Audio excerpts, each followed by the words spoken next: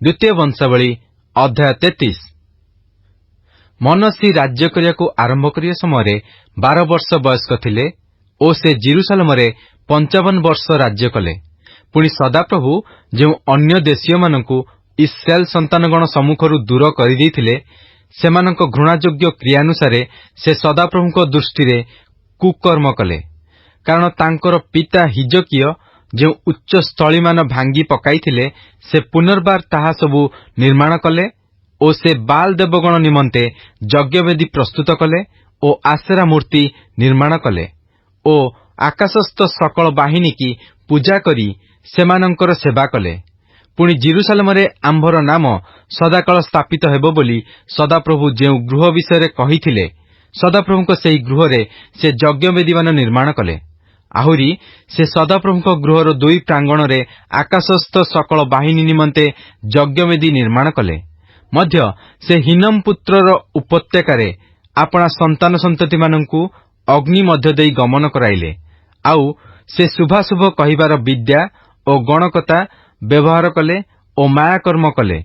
पुणी भुतुड़िया ओ गुणिया मानक सहित व्यवहार कले। से सदाप्रभुଙ୍କୁ विरक्त करिया निमंते ताहांको दृष्टिरे बहुत कुकर्म कले। आउ से आपणा निर्मित देवतार खोदित प्रतिमा परमेश्वरଙ୍କ गृहरे स्थापन कले। सेही गृह विषय परमेश्वर दाऊदଙ୍କୁ ओ तांको पुत्र सलोमोनଙ୍କୁ कहिथिले एही गृहरे ओ इस्राएल समुदाय गोष्ठी मध्यरु आंभर मनोनीत जेरुसालेमरे आंभे आपणा नाम सदाकाल स्थापन करिबा।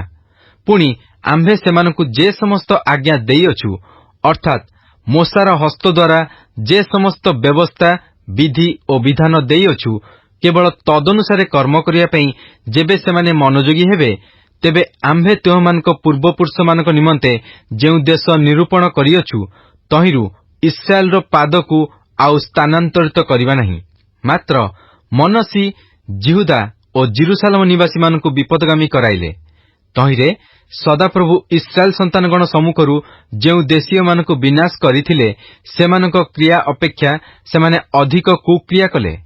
तहु सदाप्रभु मनसींकी ओ तांकर लोकमानंकु नाना कथा कहिले मात्र सेमाने किछि मनोजोग कले नहीं। एहेतु सदाप्रभु सेमानक प्रतिकूलरे असुरीय राजार सेनापति मानकु आनिले। तहिरे सेमाने मनसींकी बेड़ीरे धरी शिकुलीरे बांधी बाबिलकु नहीं गले। पुणी से दुखरे थिबा बेले सदाप्रभु आपणा परमेश्वरंकर अन्वेषण कले ओ आपणा पितृगणर परमेश्वरंक छामुरे आपणाकु अतिशय नम्र कले।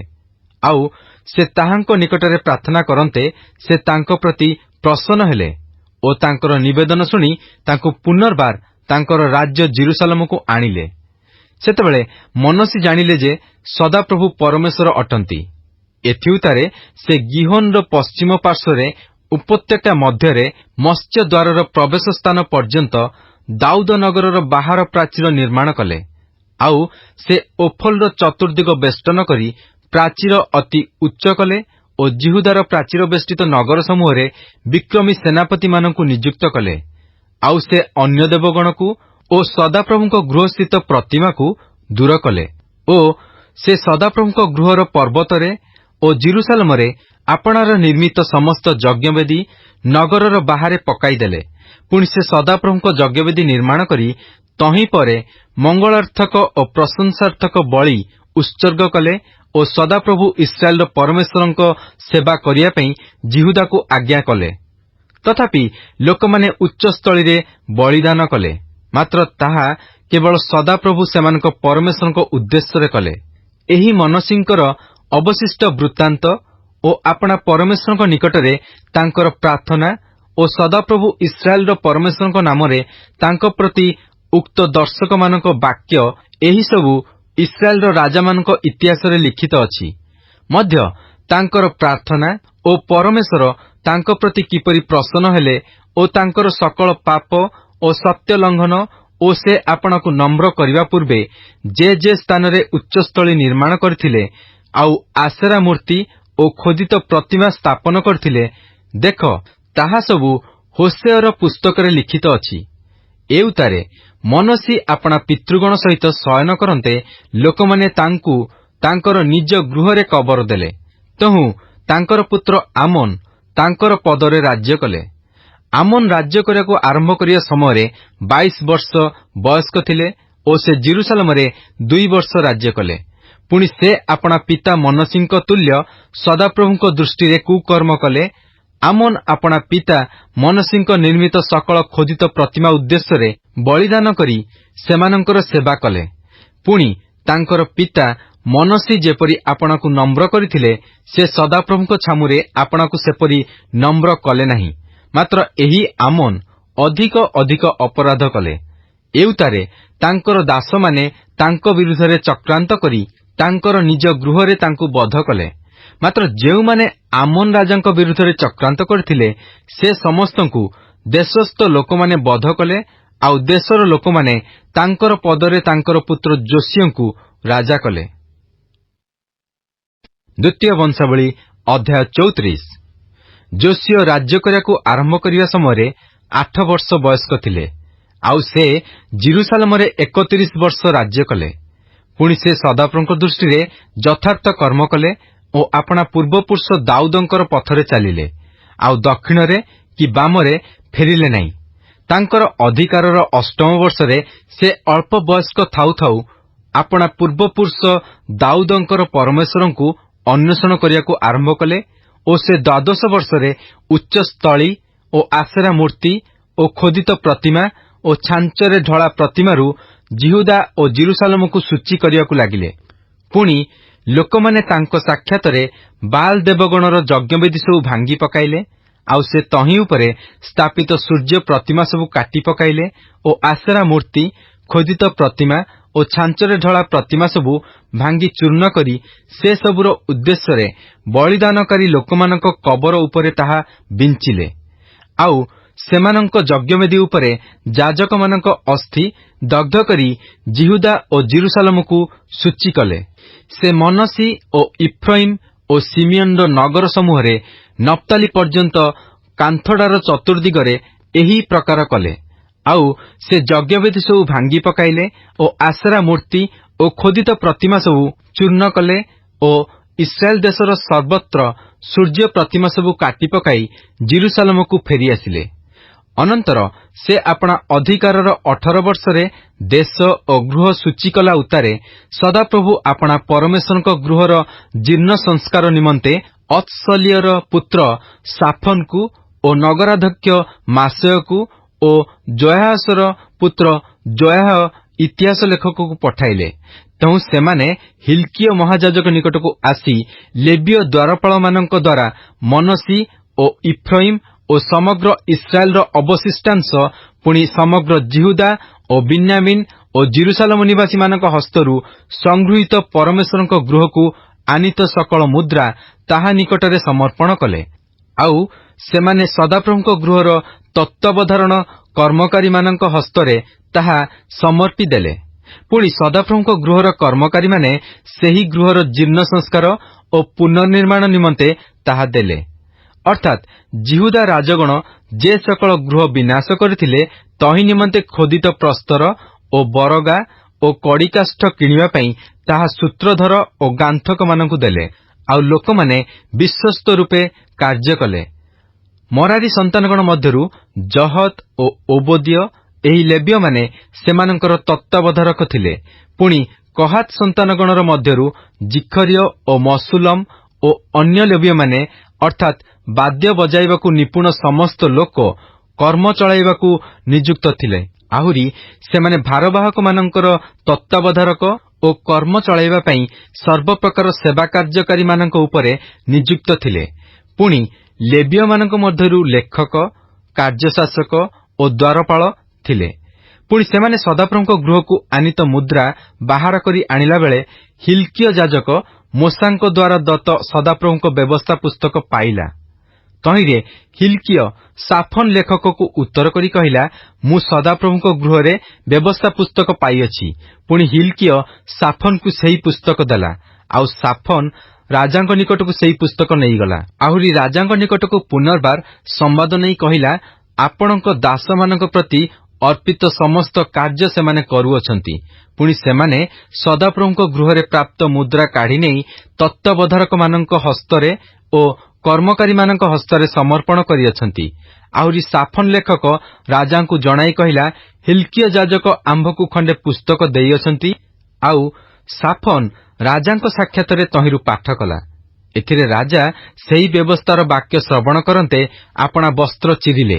ପୁଣି ରାଜା ହିଲ୍କିୟକୁ ଓ ସାଫନର ପୁତ୍ର ଅହିକାମକୁ ଓ ମିଖାୟର ପୁତ୍ର ଅବଦୋନକୁ ଓ ସାଫନ ଲେଖକକୁ ଓ ରାଜାର ଦାସ ଅସାୟକୁ ଆଜ୍ଞା କରି କହିଲେ, ତୁମେମାନେ ଯାଇ ମୋ ନିମନ୍ତେ ପୁଣି ଇସ୍ରାଏଲ ଓ ଜିହୁଦା ମଧ୍ୟରେ ଅବଶିଷ୍ଟ ଲୋକଙ୍କ ନିମନ୍ତେ ଏହି ପ୍ରାପ୍ତ ପୁସ୍ତକର ବାକ୍ୟ ବିଷୟରେ ସଦାପ୍ରଭୁଙ୍କୁ ପଚାର। କାରଣ ଆମ୍ଭମାନଙ୍କ ପିତୃଲୋକମାନେ ଏହି ପୁସ୍ତକର ସକଳ ଲିଖନାନୁସାରେ କର୍ମ କରିବା ପାଇଁ ସଦାପ୍ରଭୁଙ୍କ ବାକ୍ୟ ପାଳନ ନ କରିବାରୁ ଆମ୍ଭମାନଙ୍କ ଉପରେ ସଦାପ୍ରଭୁଙ୍କର ମହାକୋପ ବର୍ଷିଅଛି। ତହିଁରେ ହିଲ୍କିୟ ଓ ରାଜାଜ୍ଞାପ୍ରାପ୍ତ ଲୋକମାନେ ହସ୍ରର ପୌତ୍ର ତୋଖତ୍ର ପୁତ୍ର ସଲୁମ ନାମକ ବସ୍ତ୍ରାଗାର ରକ୍ଷକର ଭାର୍ଯ୍ୟା ହୁଲ୍ଦା ଭବିଷ୍ୟତବକ୍ତ୍ରୀ ନିକଟକୁ ଗଲେ। ସେ ଜିରୁସାଲମର ଦ୍ୱିତୀୟ ବିଭାଗରେ ବାସ କରୁଥିଲା। ପୁଣି ସେମାନେ ତାହାକୁ ସେହି ଭାବର କଥା କହିଲେ।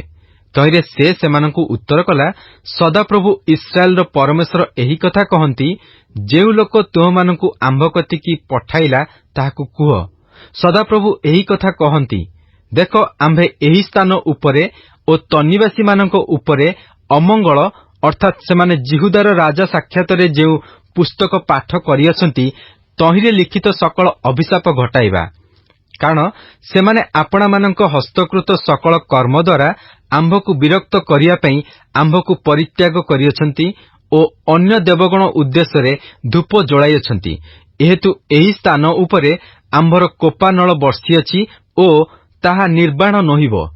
ମାତ୍ର ସଦାପ୍ରଭୁଙ୍କୁ ପଚାରିବା ପାଇଁ ତୁମମାନଙ୍କୁ ପଠାଇଲା ଯେ ଜିହୁଦାର ରାଜା, ତାହାକୁ ତୁମେମାନେ କହିବ, ତୁମ୍ଭର ଶୁଣିବା ବାକ୍ୟ ବିଷୟରେ ସଦାପ୍ରଭୁ ଇସ୍ରାଏଲର ପରମେଶ୍ୱର ଏହି କଥା କହନ୍ତି, ଏହି ସ୍ଥାନ ବିରୁଦ୍ଧରେ ଓ ତନିବାସୀମାନଙ୍କ ବିରୁଦ୍ଧରେ ଉକ୍ତ ପରମେଶ୍ୱରଙ୍କ ବାକ୍ୟ ଶୁଣିବା ମାତ୍ରେ ତୁମ୍ଭର ଅନ୍ତଃକରଣ କୋମଳ ହେଲା ଓ ତୁମ୍ଭେ ତାହାଙ୍କ ସାକ୍ଷାତରେ ଆପଣାକୁ ନମ୍ର କଲ।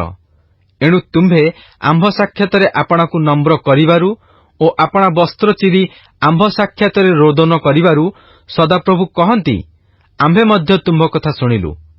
ଦେଖ, ଆମ୍ଭେ ତୁମ୍ଭର ପିତୃଲୋକମାନଙ୍କ ନିକଟରେ ତୁମ୍ଭକୁ ସଂଗ୍ରହ କରିବା, ଆଉ ତୁମ୍ଭେ ଶାନ୍ତିରେ ଆପଣା କବରରେ ସଂଗୃହୀତ ହେବ। ପୁଣି ଆମ୍ଭେ ଏହି ସ୍ଥାନ ଉପରେ ଓ ତନିବାସୀମାନଙ୍କ ଉପରେ ଯେ ଅମଙ୍ଗଳ ଘଟାଇବା ତାହା ସବୁ ତୁମ୍ଭର ଚକ୍ଷୁ ଦେଖିବ ନାହିଁ। ଏଥିଉତ୍ତାରେ ସେମାନେ ପୁନର୍ବାର ରାଜା ନିକଟକୁ ସମାଚାର ଆଣିଲେ। ଅନନ୍ତର ରାଜା ଲୋକ ପଠାଇ ଜିହୁଦାର ଓ ଜିରୁସାଲମର ସମସ୍ତ ପ୍ରାଚୀନ ବର୍ଗଙ୍କୁ ଏକତ୍ର କଲେ। ପୁଣି ରାଜା ସଦାପ୍ରଭୁଙ୍କ ଗୃହକୁ ଗମନ କଲେ। ଆଉ ଜିହୁଦାର ସମସ୍ତ ଲୋକ ଓ ଜିରୁସାଲମ ନିବାସୀମାନେ ଓ ଯାଜକମାନେ ଓ ଲେବୀୟମାନେ ଓ ବଡ଼ ସାନ ସମସ୍ତ ଲୋକ ଗମନ କଲେ। ତହୁଁ ସେ ସଦାପ୍ରଭୁଙ୍କ ଗୃହରେ ପ୍ରାପ୍ତ ନିୟମ ପୁସ୍ତକର ସମସ୍ତ ବାକ୍ୟ ସେମାନଙ୍କ କର୍ଣ୍ଣଗୋଚରରେ ପାଠ କଲେ। ପୁଣି ରାଜା ଆପଣା ସ୍ଥାନରେ ଠିଆ ହୋଇ ସଦାପ୍ରଭୁଙ୍କର ଅନୁଗାମୀ ହେବାକୁ ଓ ଆପଣାର ସମସ୍ତ ଅନ୍ତଃକରଣ ଓ ସମସ୍ତ ପ୍ରାଣ ସହିତ ତାହାଙ୍କର ଆଜ୍ଞା ଓ ସାକ୍ଷ୍ୟ କଥା ଓ ବିଧି ପାଳନ କରି ଏହି ପୁସ୍ତକ ଲିଖିତ ନିୟମ ବାକ୍ୟ ସଫଳ କରିବାକୁ ସଦାପ୍ରଭୁଙ୍କ ସାକ୍ଷାତରେ ନିୟମ କଲେ। ଆଉ ଜିରୁସାଲମର ଓ ବିନ୍ୟାମିନର ଯେତେ ଲୋକ ବିଦ୍ୟମାନ ଥିଲେ ସେ ସମସ୍ତଙ୍କୁ ସେହି ନିୟମରେ ସେ ସମ୍ମତ କରାଇଲେ। ତହିଁରେ ଜିରୁସାଲମ ନିବାସୀମାନେ ପରମେଶ୍ୱରଙ୍କର ଆପଣାମାନଙ୍କ ପୂର୍ବପୁରୁଷଗଣର ପରମେଶ୍ୱରଙ୍କ ନିୟମାନୁସାରେ କର୍ମ କଲେ।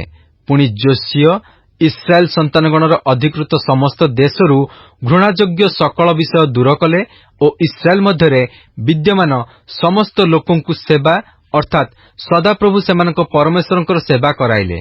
ସେମାନେ ତାଙ୍କର ଜୀବନ ଯାଏ ସଦାପ୍ରଭୁ ସେମାନଙ୍କ ପିତୃଗଣର ପରମେଶ୍ୱରଙ୍କ ଅନୁଗମନରୁ କ୍ଷାନ୍ତ ନୋହିଲେ। ଦ୍ୱିତୀୟ ବଂଶାବଳୀ ଅଧ୍ୟାୟ 35। ଏଥିଉତ୍ତାରେ ଯୋଶୀୟ ସଦାପ୍ରଭୁଙ୍କ ଉଦ୍ଦେଶ୍ୟରେ ଜିରୁସାଲମରେ ନିସ୍ତାର ପର୍ବ ପାଳନ କଲେ ଓ ଲୋକମାନେ ପ୍ରଥମ ମାସର ଚତୁର୍ଦ୍ଦଶ ଦିନରେ ନିସ୍ତାର ପର୍ବର ବଳି ବଧ କଲେ।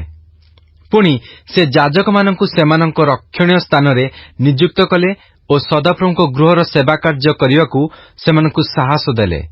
ପୁଣି ଯେଉଁ ଲେବୀୟମାନେ ସମଗ୍ର ଇସ୍ରାଏଲକୁ ଶିକ୍ଷା ଦେଲେ ଓ ସଦାପ୍ରଭୁଙ୍କ ଉଦ୍ଦେଶ୍ୟରେ ପବିତ୍ର ହୋଇଥିଲେ ସେମାନଙ୍କୁ ସେ କହିଲେ, ଇସ୍ରାଏଲର ରାଜା ଦାଉଦଙ୍କର ପୁତ୍ର ସଲୋମନଙ୍କର ନିର୍ମିତ ଗୃହ ମଧ୍ୟରେ ପବିତ୍ର ସିନ୍ଦୁକ ରଖ। ତୁମମାନଙ୍କ ସ୍କନ୍ଧରେ ଆଉ ଭାର ରହିବ ନାହିଁ। ଏବେ ସଦାପ୍ରଭୁ ତୁମମାନଙ୍କ ପରମେଶ୍ୱରଙ୍କର ଓ ତାହାଙ୍କ ଲୋକ ଇସ୍ରାଏଲର ସେବା କର। ପୁଣି ଇସ୍ରାଏଲର ରାଜା ଦାଉଦଙ୍କର ଲିଖନାନୁସାରେ ଓ ତାଙ୍କର ପୁତ୍ର ସଲୋମନଙ୍କର ଲିଖନାନୁସାରେ ତୁମେମାନେ ଆପଣା ଆପଣା ପିତୃବଂଶାନୁସାରେ ପାଳି ଅନୁକ୍ରମେ ଆପଣାମାନଙ୍କୁ ପ୍ରସ୍ତୁତ କର। ଆଉ ଲୋକମାନଙ୍କ ସନ୍ତାନଗଣର ଅର୍ଥାତ୍ ତୁମ୍ଭମାନଙ୍କ ଭ୍ରାତୃଗଣର ପିତୃବଂଶୀୟ ବିଭାଗାନୁସାରେ ପବିତ୍ର ସ୍ଥାନରେ ଠିଆ ହୁଅ ଓ ଲେବୀୟମାନଙ୍କର ପ୍ରତ୍ୟେକ ପିତୃବଂଶ ପାଇଁ ଏକ ଏକ ଅଂଶ ହେଉ। ପୁଣି ନିସ୍ତାର ପର୍ବର ବଳି ବଧ କର ଓ ଆପଣାମାନଙ୍କୁ ପବିତ୍ର କର ଓ ମୋଶାଙ୍କ ହସ୍ତରେ ଦତ୍ତ ସଦାପ୍ରଭୁଙ୍କ ବାକ୍ୟ ପ୍ରମାଣେ କର୍ମ କରିବା ନିମନ୍ତେ ଆପଣାମାନଙ୍କ ଭ୍ରାତୃଗଣ ପାଇଁ ପ୍ରସ୍ତୁତ ହୁଅ। ଏଉତାରେ ଯୋଶୀୟ ଲୋକମାନଙ୍କ ସନ୍ତାନଗଣର ଉପସ୍ଥିତ ସମସ୍ତଙ୍କୁ କେବଳ ନିସ୍ତାର ପର୍ବର ବଳି ନିମନ୍ତେ ପଲ ମଧ୍ୟରୁ 30,000 ପର୍ଯ୍ୟନ୍ତ ମେଷ ଶାବକ ଓ ଛାଗବତ୍ସ ଓ 3,000 ବୃଷ ଦେଲେ।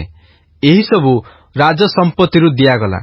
ପୁଣି ତାଙ୍କର ଅଧିପତିମାନେ ସ୍ୱେଚ୍ଛାଦତ୍ତ ଉପହାର ନିମନ୍ତେ ଲୋକମାନଙ୍କୁ, ଯାଜକମାନଙ୍କୁ ଓ ଲେବୀୟମାନଙ୍କୁ ଦାନ କଲେ।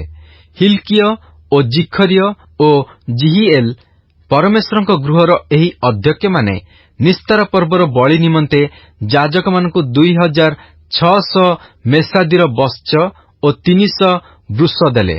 ମଧ୍ୟ କନାନୀୟ ଓ ସମୟ ଓ ନଥନେଲ ନାମକ ତାହାର ଭାଇମାନେ ଆଉ ହସବିୟ ଓ ଜିଉଏଲ ଓ ଯୋସାବଦ ଏହି ଲେବୀୟ ପ୍ରଧାନମାନେ ନିସ୍ତାର ପର୍ବର ବଳି ନିମନ୍ତେ ଲେବୀୟମାନଙ୍କୁ 500 ମେସାଦିର ବତ୍ସ ଓ 500 ବୃଷ ଦେଲେ। ଏହି ରୂପେ କର୍ମର ଆୟୋଜନ ହୁଅନ୍ତେ ରାଜାଜ୍ଞାନୁସାରେ ଯାଜକମାନେ ଆପଣା ଆପଣା ସ୍ଥାନରେ ଓ ଲେବୀୟମାନେ ଆପଣା ଆପଣା ପାଳି ଅନୁସାରେ ଠିଆ ହେଲେ। ପୁଣି ନିସ୍ତାର ପର୍ବର ବଳି ସବୁ ବଧ କରାଯାନ୍ତେ ଯାଜକମାନେ ସେମାନଙ୍କ ହସ୍ତରୁ ରକ୍ତ ନେଇ ସେଚନ କଲେ ଓ ଲେବୀୟମାନେ ସେ ସବୁର ଚର୍ମ କାଢ଼ିଲେ। ଆଉ ମୋଶା ପୁସ୍ତକର ଲିଖନାନୁସାରେ ସଦାପ୍ରଭୁଙ୍କ ଉଦ୍ଦେଶ୍ୟର ଉତ୍ସର୍ଗକରଣାର୍ଥେ ଲୋକମାନଙ୍କ ସନ୍ତାନମାନଙ୍କୁ ସେମାନଙ୍କ ପିତୃବଂଶୀୟ ବିଭାଗାନୁସାରେ ଦେବାପାଇଁ ସେମାନେ ହୋମବଳି ଉଠାଇ ନେଲେ। ଆଉ ସେମାନେ ବୃଷମାନଙ୍କୁ ସେହିପରି କଲେ। ଏଉତାରେ ସେମାନେ ବିଧାନାନୁସାରେ ନିସ୍ତାର ପର୍ବର ବଳି ଅଗ୍ନିରେ ପାକ କଲେ। ଆଉ ସେମାନେ ଅନ୍ୟାନ୍ୟ ପବିତ୍ର ବଳି ହାଣ୍ଡିରେ ଓ ହଣ୍ଡାରେ ଓ କରେଇରେ ସିଦ୍ଧ କଲେ ଓ ଲୋକମାନଙ୍କ ସନ୍ତାନଗଣ ନିକଟକୁ ତାହା ସବୁ ଶୀଘ୍ର ନେଇ ପରିବେଷଣ କଲେ। ଏଥିଉତାରେ ସେମାନେ ଆପଣମାନଙ୍କ ପାଇଁ ଓ ଯାଜକମାନଙ୍କ ପାଇଁ ପ୍ରସ୍ତୁତ କଲେ। କାରଣ ହାରଣ ସନ୍ତାନ ଯାଜକମାନେ ହୋମବଳି ଓ ମେଦ ଉତ୍ସର୍ଗ କରିବାରେ ରାତ୍ରି ପର୍ଯ୍ୟନ୍ତ ବ୍ୟସ୍ତ ଥିଲେ। ଏହେତୁ ଲେବୀୟମାନେ ଆପଣମାନଙ୍କ ପାଇଁ ଓ ହାରଣ ସନ୍ତାନ ଯାଜକମାନଙ୍କ ପାଇଁ ପ୍ରସ୍ତୁତ କଲେ। ପୁଣି ଦାଉଦଙ୍କର ଓ ଆସଫର ଓ ହେମନର ଓ ରାଜଦର୍ଶକ ଜିଦୁଥୁନର ଆଜ୍ଞାନୁସାରେ ଆସଫ ସନ୍ତାନ ଗାୟକମାନେ ଆପଣା ଆପଣା ସ୍ଥାନରେ ଥିଲେ ଓ ପ୍ରତ୍ୟେକ ଦ୍ୱାରରେ ଦ୍ୱାରପାଳମାନେ ଥିଲେ। ଆପଣା ଆପଣା ସେବା କାର୍ଯ୍ୟରୁ ସେମାନଙ୍କର ଯିବାର ଆବଶ୍ୟକ ହେଲା ନାହିଁ, କାରଣ ସେମାନଙ୍କ ଲେବୀୟ ଭାଇମାନେ ସେମାନଙ୍କ ପାଇଁ ପ୍ରସ୍ତୁତ କଲେ। ଏହି ରୂପେ ଯୋଶୀୟ ରାଜାଙ୍କର ଆଜ୍ଞାନୁସାରେ ନିସ୍ତାର ପର୍ବ ପାଳନାର୍ଥେ ଓ ସଦାପ୍ରଭୁଙ୍କ ଯଜ୍ଞବେଦୀରେ ହୋମବଳି ଉତ୍ସର୍ଗକରଣାର୍ଥେ ସେହିଦିନ ସଦାପ୍ରଭୁଙ୍କ ସେବାର୍ଥକ ସକଳର ଆୟୋଜନ ହେଲା। ଏଣୁ ଉପସ୍ଥିତ ଇସ୍ରାଏଲ ସନ୍ତାନମାନେ ସେହି ସମୟରେ 7 ଦିନ ନିସ୍ତାର ପର୍ବ ଓ ତାଡ଼ିଶୂନ୍ୟ ରୋଟିର ପର୍ବ ପାଳନ କଲେ। ପୁଣି ସାମୁଏଲ ଭବିଷ୍ୟତବକ୍ତାଙ୍କର ଦିନଠାରୁ ଇସ୍ରାଏଲ ମଧ୍ୟରେ ଏ ପ୍ରକାର ନିସ୍ତାର ପର୍ବ ପ୍ରତିପାଳିତ ହୋଇନଥିଲା।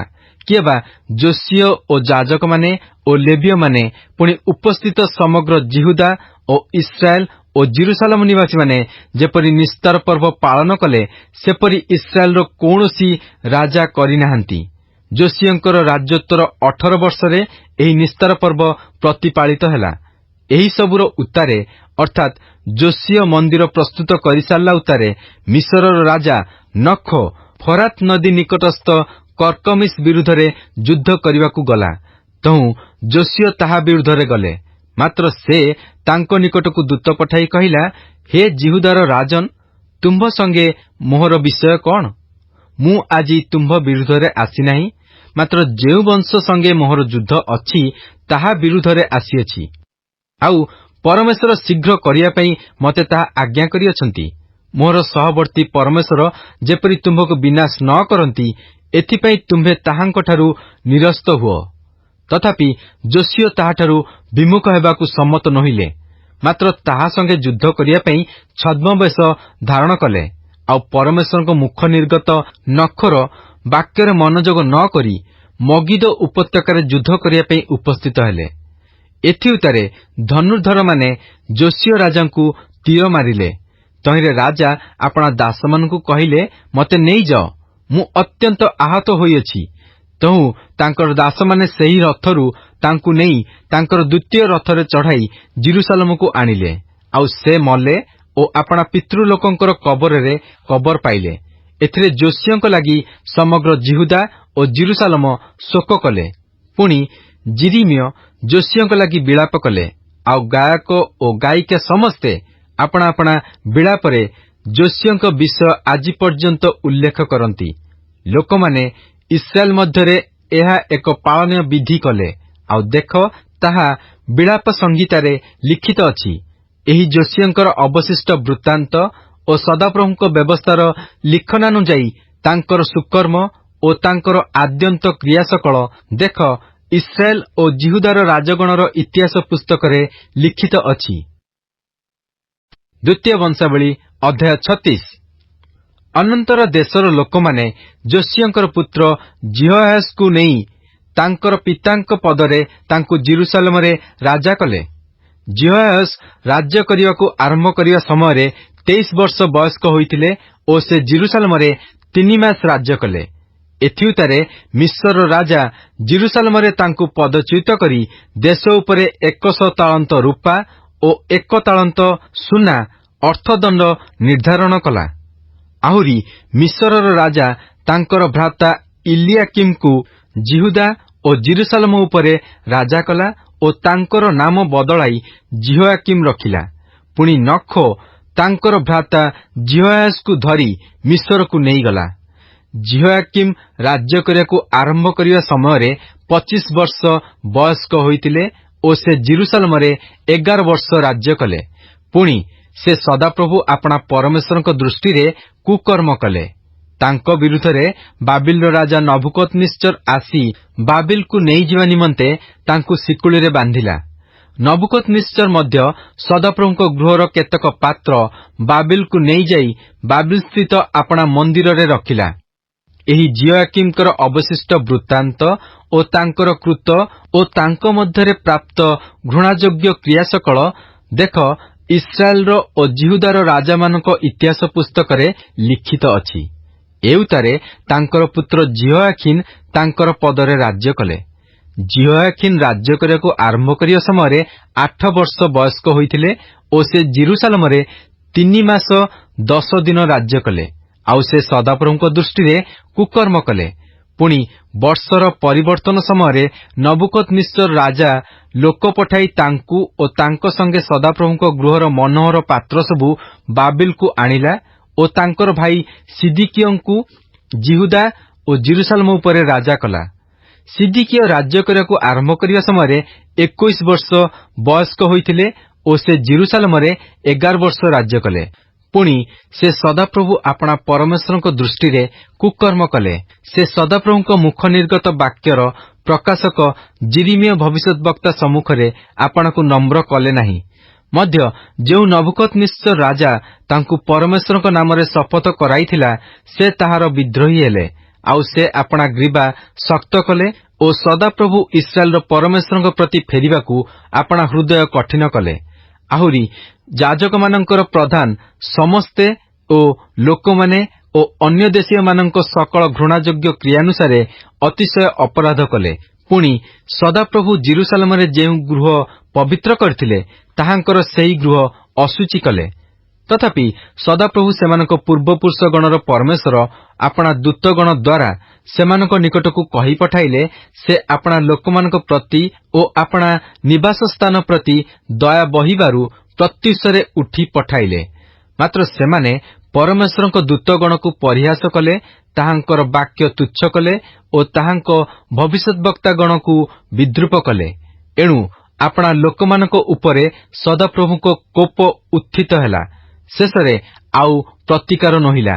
ଏ ନିମନ୍ତେ ସେ କଲ୍ଦିୟମାନଙ୍କ ରାଜାକୁ ସେମାନଙ୍କ ପ୍ରତିକୂଳରେ ଆଣନ୍ତେ ସେ ସେମାନଙ୍କ ଯୁବାମାନଙ୍କୁ ସେମାନଙ୍କ ଧର୍ମଧାମରେ ଖଡ୍ଗ ଦ୍ୱାରା ବଧ କଲା। ପୁଣି ଯୁବା କି ଯୁବତୀ, ବୃଦ୍ଧ କି ଜରାଜୀର୍ଣ୍ଣ କାହାରି କି ଦୟା କଲା ନାହିଁ। ପରମେଶ୍ୱର ତାହା ହସ୍ତରେ ସମସ୍ତଙ୍କୁ ସମର୍ପି ଦେଲେ। ଆଉ ପରମେଶ୍ୱରଙ୍କ ଗୃହର ବଡ଼ ସାନ ସମସ୍ତ ପାତ୍ର ଓ ସଦାପ୍ରଭୁଙ୍କ ଗୃହର ଧନ, ପୁଣି ରାଜାଙ୍କର ଓ ତାଙ୍କ ଅଧିପତିମାନଙ୍କ ଧନ, ଏହିସବୁ ବାବିଲକୁ ନେଇଗଲା। ପୁଣି ସେମାନେ ପରମେଶ୍ୱରଙ୍କ ଗୃହ ଦଗ୍ଧ କଲେ ଓ ଜେରୁସାଲେମର ପ୍ରାଚୀର ଭଗ୍ନ କଲେ ଓ ତହିଁର ଅଟ୍ଟାଳିକା ସବୁ ଅଗ୍ନିରେ ଦଗ୍ଧ କରି ସେଠାରେ ଥିବା ମନୋହର ପାତ୍ର ସବୁ ବିନାଶ କଲେ।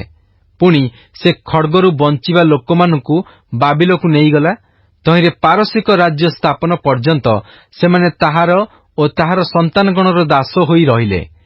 ଦେଶ ଆପଣାର ନାନା ବିଶ୍ରାମ ଭୋଗ କରିବା ପର୍ଯ୍ୟନ୍ତ ଜିରିମିୟର ମୁଖ ଦ୍ୱାରା ଉକ୍ତ ସଦାପ୍ରଭୁଙ୍କ ବାକ୍ୟ ସଫଳ ହେବା ନିମନ୍ତେ ଏହା ଘଟିଲା। କାରଣ 70 ବର୍ଷ ପୂର୍ଣ୍ଣକରଣାର୍ଥେ ଦେଶ ଉଚ୍ଛିନ୍ନ ଅବସ୍ଥାରେ ଥିବା ପର୍ଯ୍ୟନ୍ତ ବିଶ୍ରାମ ପାଳନ କଲା। Good morning and praise the Lord. आज बाइबल पठन दिन संख्या 166 गुरुवार। आज आम मैंने द्वितीय वंशावली 33 पर्व ठारू 36 पर्वर 21 पद पर्यंत पाठ करियछु। आसंतु पठित शास्त्रांशर सारांश को चिंता करिबा। राजा मनसी और राजा जोसियों समय ठारू जिहुदार विनाश आरंभ हैला। हिजकियों पुत्र मनसीर दीर्घ 55 वर्षर राजत्व काल दक्षिण जिहुदा इतिहास रे प्रतिमा पूजार चरम सीमा को स्पर्श कला। यही घटनारू यह प्रतीत हुए जे विश्वास को अधिकार करने सहज नुहे। द्वितीय वंशावली उल्लेख करे जे मनसी असुरीय सैन्य द्वारा बाबिलोन को नियाजिबार क्लेश हेतु सदाप्रभु निकट में अनुताप कले और जेरुसालेम को फेरी से सदाप्रभुंकर सेवा कले। यही विषय को द्वितीय राजावली उल्लेख करे नाही। राजा आमन मध्य तांको पिता मनसी परी प्रतिमा पूजा कले और सदाप्रभुंक विरुद्ध रे पाप कले। किंतु तांको राजत्वर द्वितीय वर्ष रे तांको दास मानक द्वारा से हत हेले। आउ लोक माने आमनक पुत्र जोशियों को राजा कले। राजा जोशियो मनसीर धर्म रे पुनर्बार संस्कार आनिले। मन रखंतु राजा जोशियों संस्कार पछरे जेरेमिया भविष्यत वक्तांकर निश्चित हाथ रहिछि। असुरीय साम्राज्यर शक्ति क्षीण होई दृश्यमान हेउथुवा बाबिलोन निकट को चलीगला। असुरर पतन उतारे जिहुदा बाबिलोनीय बंदित्व को जीवा समय रे जिहोयाहास, जिहोयाकिम, जिहोयाखिन ओ सिदकियो एही समस्त राजा माने जिहुदार सिंहासन रे राजत्व करुथुले। भविष्यत वाक्य अनुसारे 3 थर करी लोक माने बंदित्व को नियाजिवा सहित जिहुदा बाबिलोन द्वारा विनष्ट हैला। जेरुसालेम मंदिर और जिहुदा विनष्ट होई बाबिलोन को बंदी होई जिवार 70 वर्ष बीती जाइथिला। एही 70 वर्ष को विश्राम वर्ष रे भूमि विश्राम कला परी देश विश्राम कला बोली एजरा भविष्यत वक्ता कहते। द्वितीय वंशावली तार 36 पर्व 21 पदरे। यह थिला आजिर पठित शास्त्रांशर सारांश। ख्रीष्टंक ठारे एकत्र आहा यह कि आशीर्वादर विषय अटे। प्रभु आजिर पठन रे आम समस्त को आशीर्वाद करंतु।